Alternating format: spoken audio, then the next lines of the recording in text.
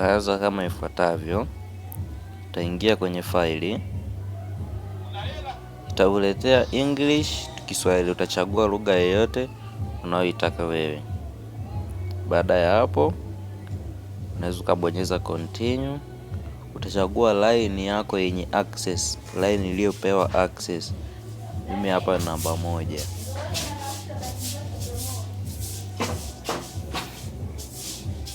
Hakikisha line yenye access imo ndani ya simu unayoitumia. Baada ya hapo itakuletea hivi. Utaweka namba yako ya siri ya M-Pesa. Kisha funguka hivi, utatafuta kafaili kameandikwa Merchant Onboarding. Haka hapa, huku pia haka hapa. Unafungua hako kafaili. Kisha fungua haka kafaili, ndio unapata maelekezo yote. Hi Michael Mathala Ukunya from MTL Gases and General Supplies. Hakikisha inasoma MTL Gases and General Supplies, maana hilo ndo kampuni letu. Hapo sasa ukiwa na onboard wakala mpya, yaani una onboard lipa mpya, unaingia hapo palipoandikwa onboarding merchant. Kama ushawahi kuipandisha hiyo lipa, sasa unataka kuangalia kama imekuwa created au imekuwa rejected, unaweza kaingia my request. Naingia my request hapa hivi, utaandika herufi yoyote, una search. Itakuletea hapo lipa zako zote ulizoshatengeneza. Haya, kwetu sisi leo tutajifunza namna ya kuonboard new merchant. Utaingia hapa. Baada ya kuingia hapa, business name unaweza kunajaza majina matatu ya mteja wako. Let's say Geoffrey Michael Mathala.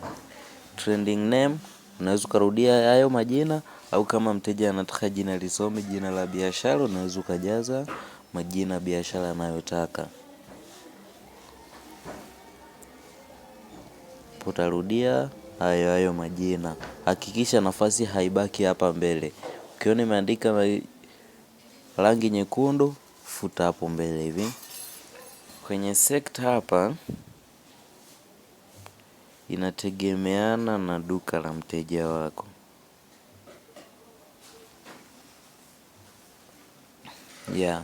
Kama na duka la kawaida utaingia retail shop.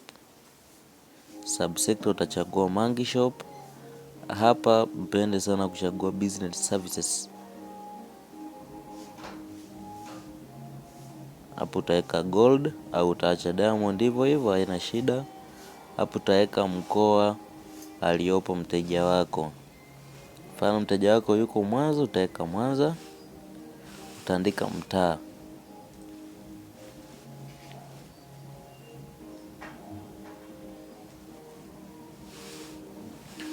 Central nadhani tunazijua wote. Zones tunazijua wote. Kiwa South, Mwanza ni Lake Victoria. Yuko Bukoba, yuko Mwanza. Mwanza yupo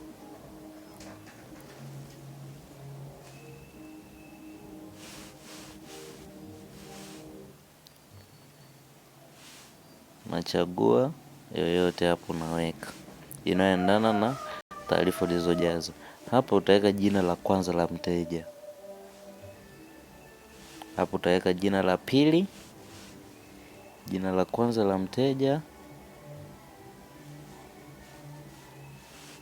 jina la pili na jina la tatu. Utaingia hapo, utachagua jenda, ni wa kike au wa kiume utaweka. Hapo utajaza namba ya simu ya mteja ya mkononi. Unajaza namba ya simu ya mteja ya mkononi 2557 4454 0244. Hapo utajaza namba unataka kuicreate kuwalipa.